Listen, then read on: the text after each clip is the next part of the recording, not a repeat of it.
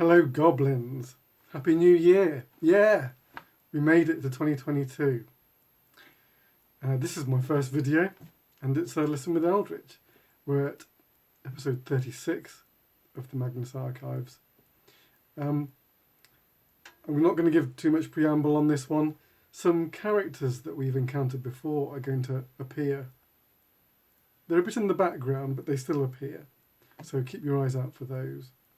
And there's a bit of meta story going on at the end, so listen all the way through. We've only got 4 episodes after this, so we're rapidly closing in on the finale. But I've got to say, this one touches a nerve for me. I'm not exactly sure where it comes from. I suppose, it takes place. The incidents take place surrounding a care home, which is not something I care for. It's too similar to a hospital, which I also don't like being around. For obvious reasons, I suppose. But still, yeah. Okay, let's get to it. I'm going to be drilling a pipe I haven't made for quite some time. It's called a Brandesian. And as it sounds, it's a mix between a brandy and a Rhodesian, but we'll see how far we get with that one. Okay, here we go. Episode 36, Taken Ill.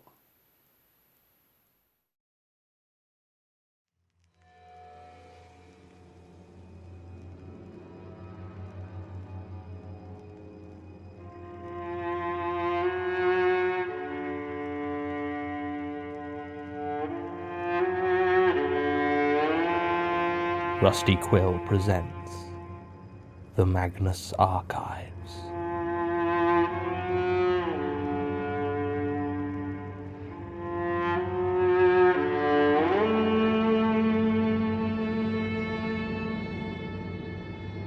Episode 36, Taken Ill.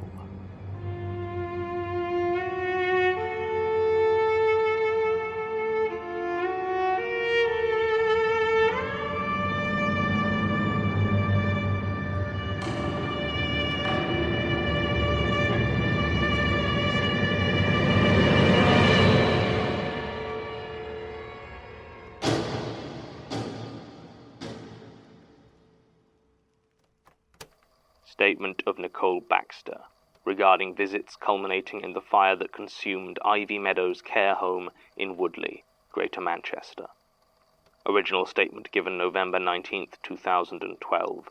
Audio recording by Jonathan Sims, Head Archivist of the Magnus Institute, London. Statement begins. Fear is a strange thing, isn't it? What you're afraid of. For most people, a corpse is at the least unnerving and for some outright terrifying. Or maybe it's disgust. They are two very different feelings, aren't they? Though they often bleed into each other, if you'll pardon the pun. I work as a funeral director, so as you can imagine, how I feel about death and the body is a bit more complicated and more immediately relevant than it is for most people. Dealing with cadavers day in, day out forces you to confront all manner of things about yourself. Simply put, I have found that I do not believe in any sort of afterlife. I have seen people cold and lifeless upon the mortician's table who I knew, who I remembered as vibrant and lively. There was no soul that had departed, no special spark that passed on to something else, simply a body that no longer moved or spoke or thought. It feels odd to consider the fact that you will no longer exist someday. But you didn't exist for billions of years before your birth, so it doesn't seem unreasonable to conclude that you will not exist afterwards in much the same way. I try to see life as a pleasant holiday from non-existence. It provides some comfort when the truth of my own mortality stares me in the face every day. There is one thing about dead bodies that does bother me, though. One thing that eats at me, as it were, and does give me that sick tightness of fear deep in my gut. It is rot.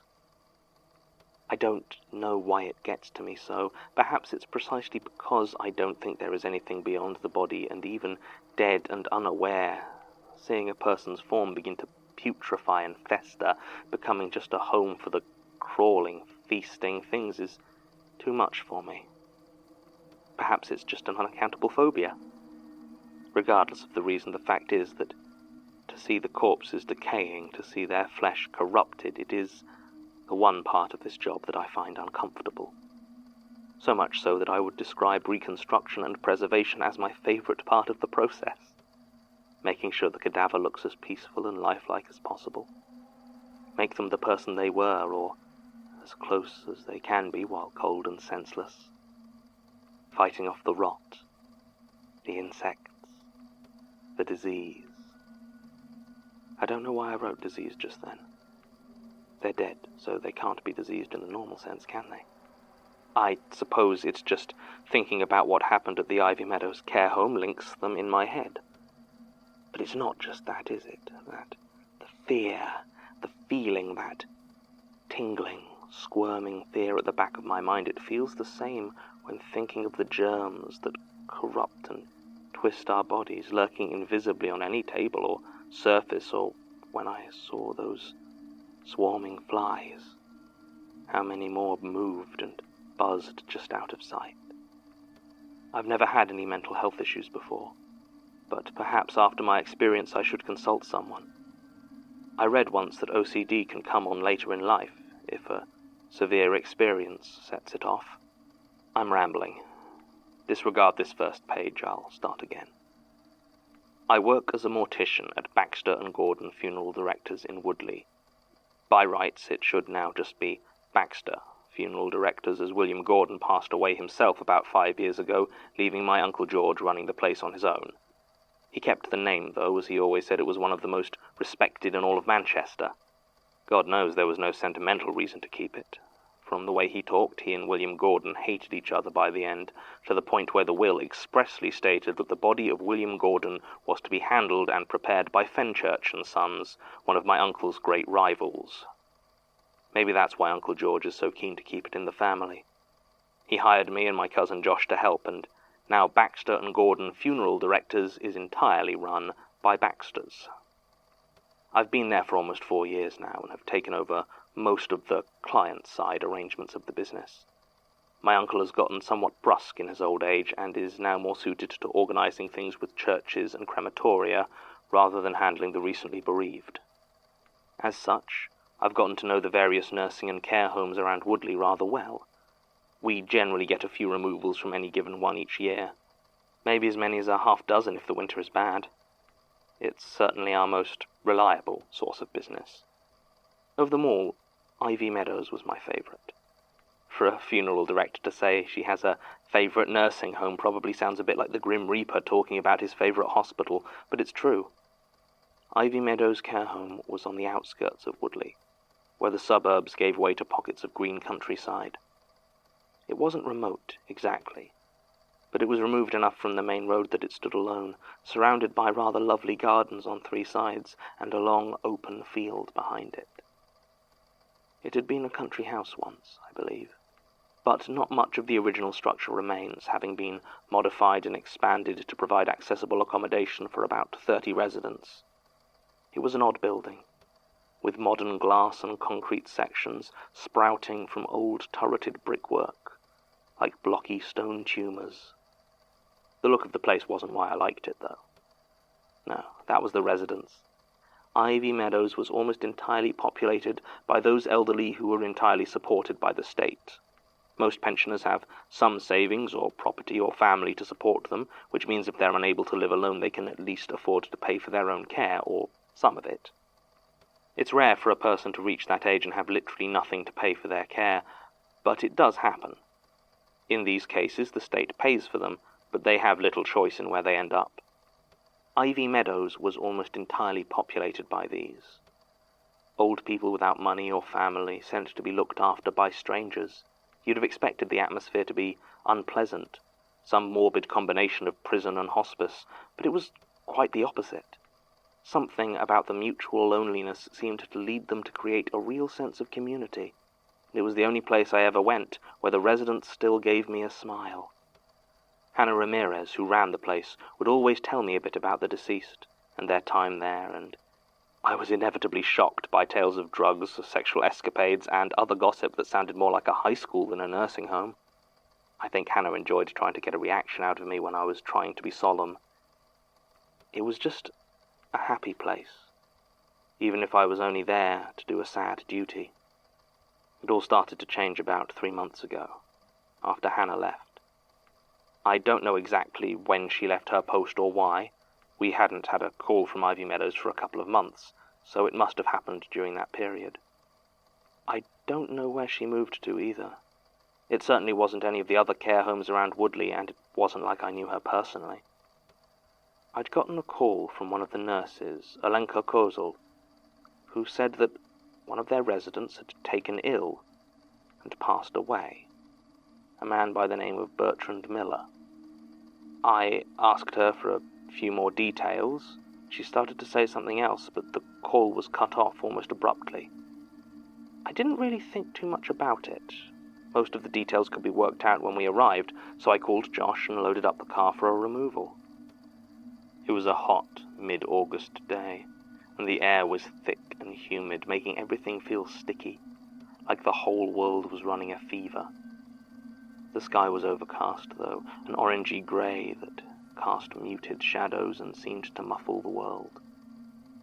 It was about a 10-minute drive to Ivy Meadows, and neither of us said a word. I don't know why. At that point we had no idea that there was anything wrong, but looking back it seems like we both felt there was something off about it. Or maybe we were just too hot for conversation, and hindsight is colouring my memories. When we arrived, the place was silent. There were no cars in the parking area, which was not unusual, but I couldn't see a soul anywhere on the grounds. Maybe they were simply staying out of the heat. Josh and I got out of the car and approached the door. I pressed the buzzer, as I had done so many times before, expecting the cheery voice of one of the receptionists.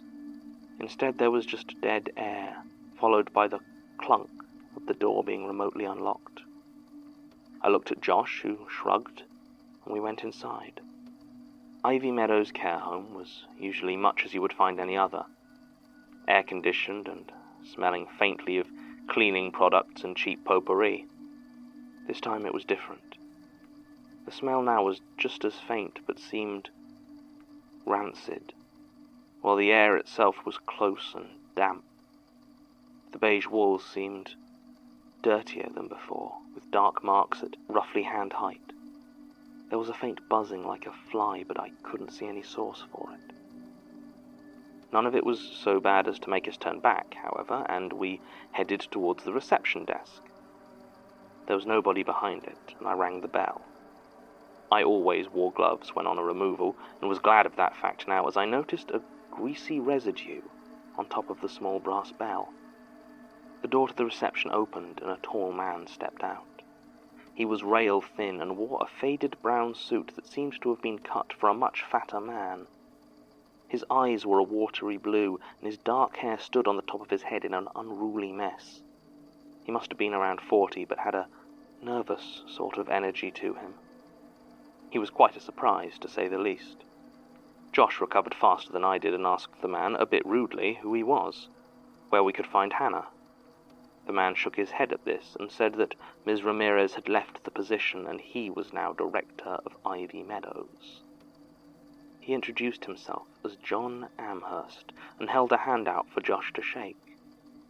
My cousin stood there for some time, staring at the thick, sweaty hand of this strange man, clearly not wanting to shake it. Mr. Amherst just stood there, arm outstretched, apparently unconcerned. A fly landed on his face, and if he noticed, he didn't give any sign of it, not even when it walked across his eye. Eventually, the now clearly shaken Josh stuttered out some semi-polite excuse and backed away. At this, John Amherst lowered his hand and turned to me. He asked why we were here. This took me rather by surprise, as there's generally only one reason undertakers show up in such a place. We told him we had received a call and been told Mr. Miller had passed away. Amherst asked who had called us, but with such a sharpness in his voice that I lied and said the caller hadn't given their name. He paused, clearly considering what to say next very carefully.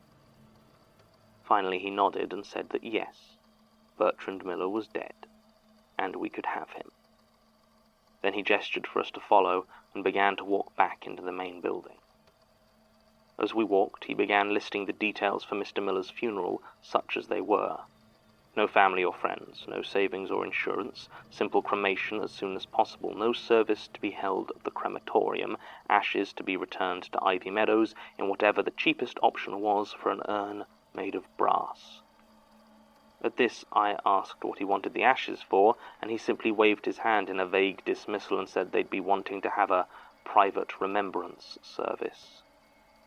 By now we'd been walking for a few minutes, and I hadn't seen another soul in the corridors. I thought I spotted one of the nurses at one point, but they had turned and walked away as soon as they saw us. We arrived at a room bearing a small plaque. It read, Bertrand Miller. John Amherst opened it without hesitation and went inside. The smell was what hit me first. I've smelled plenty of corpses in my time. I'd almost say I'm used to the smell. This was different.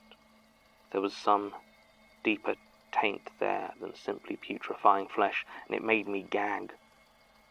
By the look on his face, Josh smelled it as well, and I got a good look at the body on the bed and almost turned and ran. Based on the colour of those sections of skin still whole and unblemished, Mr. Miller couldn't have been dead for more than a few hours, half a day at most. You wouldn't have known, though. Large sections of his body were covered in a wet, creamy yellow rash, which... I'm not a doctor, so describing exactly what it did to the flesh it touched would serve no purpose, except to start me having the nightmares again. Let us just say that it gave a plentiful home for the flies that swarmed around his body. We looked at John Amherst, utterly appalled. He said not to worry, that the disease that had claimed poor Mr. Miller wasn't contagious. He even produced the recently signed death certificate, though it was stained with some dark grey fluid, so I did not examine it too closely. He then apologized that the air conditioning had broken. I'm sure you know all about what heat does to cadavers, he said. I just wanted to get out of there, and have never been more grateful to whoever designed care home beds so that we could remove the body with as little contact as possible. Even then, on the way out, I felt a sudden tickling pain on the back of my left hand, and looked down to see the thick leather glove in contact with one of the patches of yellow. I nearly screamed and dropped the body, but did neither. Ivy Meadows did not feel then like a safe place to do either of those things.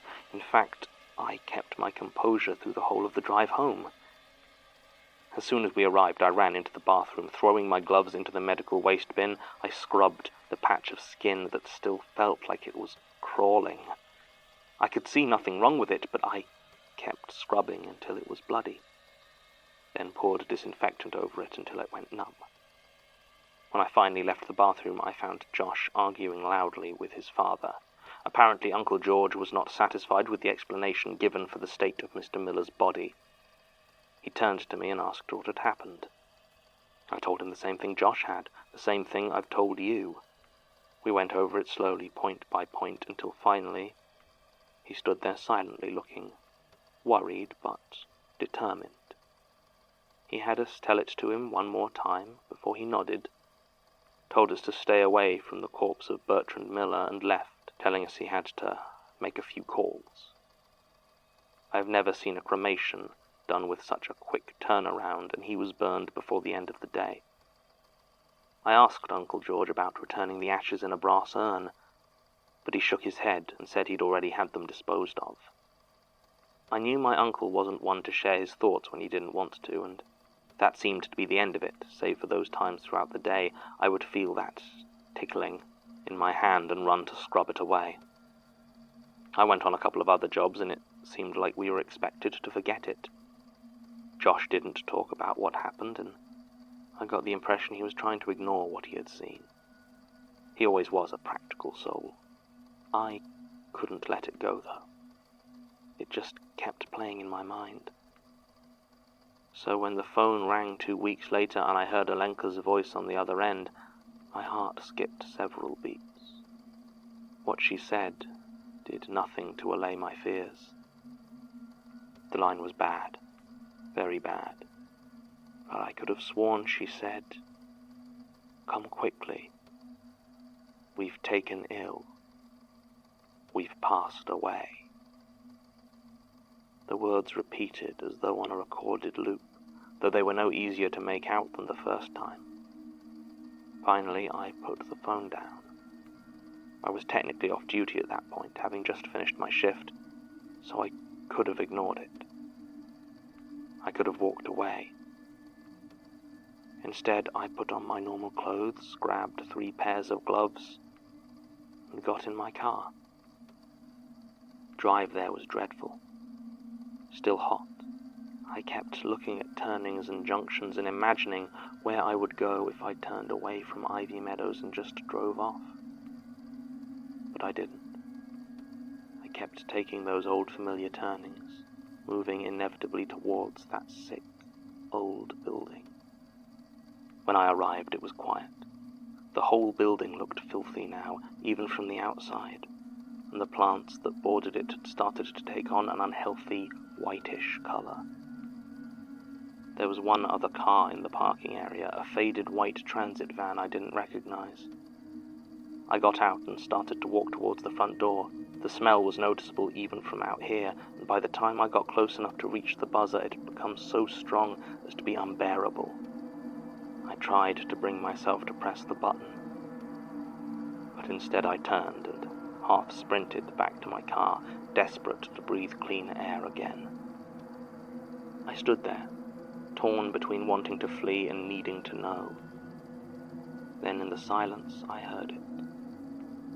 Tap, tap, tap. Someone banging rhythmically on a window. I scanned all the ones I could see, but they were dark.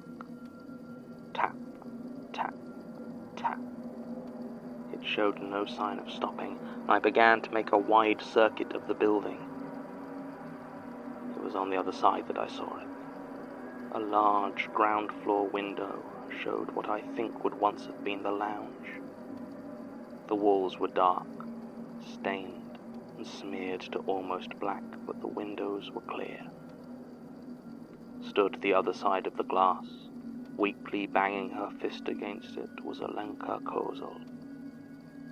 Her skin was mottled, covered with that leaking yellow rash. She saw me, and as her eyes locked with mine, she opened her mouth, and the buzzing of the flies that spewed out was almost as loud as her scream.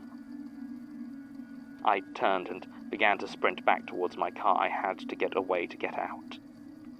Then, without warning, I felt something heavy hit me in the side and I lost my footing, falling to the ground. I looked up to see an old man pinning me to the ground, his long white beard matted and filthy.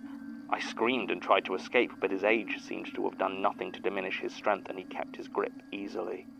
Then he spoke in a thick Mancunian accent and told me to keep my voice down.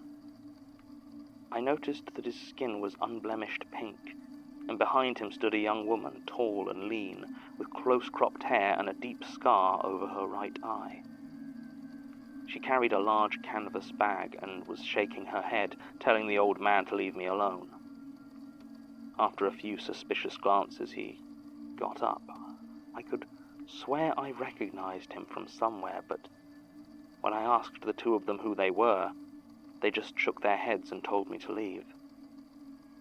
I asked them what was going on, and the old man looked at his companion as if asking permission, said something about knowledge being a good defense here. She shook her head and said that leaving quickly was a better one. I didn't need to be told a third time. I got in my car, and I left them to their work. I didn't turn around even when I saw the smoke start to rise behind me. And that was the last time I went there. Now, if you'll excuse me, I need to go wash my hands.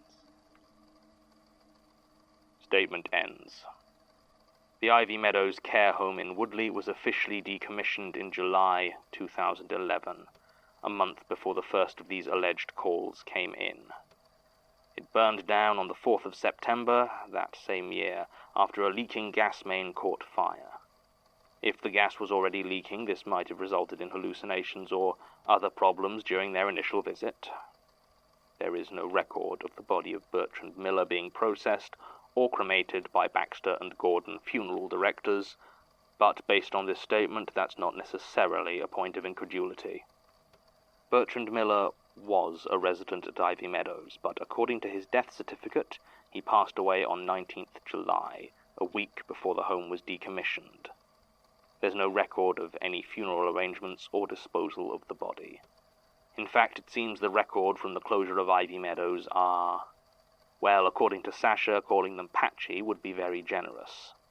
There are only transfer records for 7 residents, whereas at last official count the home held 29. The others seem to have been lost in the system somewhere. The majority of the workforce also appears to be undocumented, and I can find no record of any Alenka Kozel on the system. Martin's research would seem to indicate the place employed a reasonable number of international staff they preferred to keep off the books, but it doesn't explain why none of the officially listed staff can be located for follow-up. Except for Hannah Ramirez, whose brief interview simply established she moved to Brighton shortly before the closure of Ivy Meadows and hadn't heard anything about it since. John Amherst, as best we can tell, doesn't exist. We're unable to locate anyone fitting that description anywhere within the care or medical sector, and he certainly never ran any nursing homes. Another tale full of dead ends. We did contact the Baxters. Joshua Baxter repeated the first part of the above statement. George Baxter told us not to listen to tall tales. Nicole Baxter said she stands by her account, but aside from losing her left hand in what she calls a workplace accident, there have been no further developments. Still, there's a lot here that puts me in mind of other statements. Something in the way Ms. Baxter talks about fear. I can't help but be reminded of statement 014232, how Jane Prentice talks about her own fears. And the old man and his companion, who does that remind me of? If he wasn't dead, I'd think it might have been Trevor. Oh, yes? Are you free? Yes. Yes, I'm just about finished here. What is it? Oh, nothing urgent. It's just Elias was asking a couple of questions about the delivery. Delivery? What delivery? Well, that's actually what he was asking. Apparently Martin took a delivery of a couple of items last week addressed to you. Did he not mention it? No, Oh, yes, actually, I completely forgot. He said he put it in my desk drawer. Hold on. What is it? A lighter. An old Zippo. You smoke? No. And I don't allow ignition sources in my archive. Okay. Is there anything unusual about it? Not really. Just a sort of spiderweb design on the front. Doesn't mean anything to me. You? No. Well, show it to the others, see what they think. You said there was something else as well? Oh, yes. Yeah, it was sent straight to the artifact storage. Table of some sort. Looks old. Quite pretty, though. Fascinating design on it. Tim, it doesn't have a hole in it, does it? About 6 inches square? I don't know, maybe? I'll be honest, I didn't really notice. It was quite... Hypnotic, yes. Do you know who made the delivery? Did they sign in? No. Sorry, no, I don't know. I need to talk to Martin. End recording.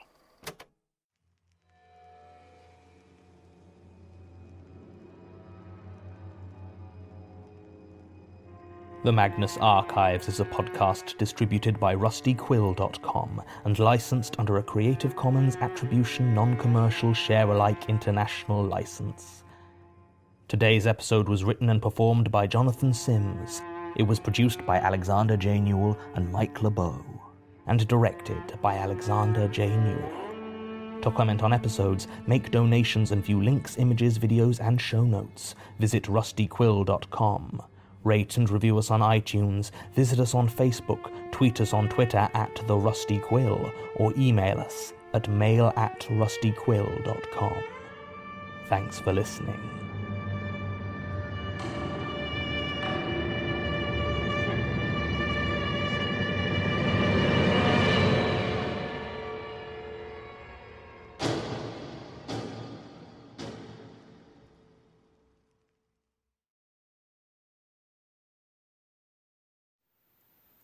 All right, hope you enjoyed that. If enjoyed is the right word. I'll be back, I think, at some point in the week with another video. I'm not going to hypothesize what video that's going to be, but it's going to be something, I imagine. All right, until next time, take it very easy. Your loyal pipe maker.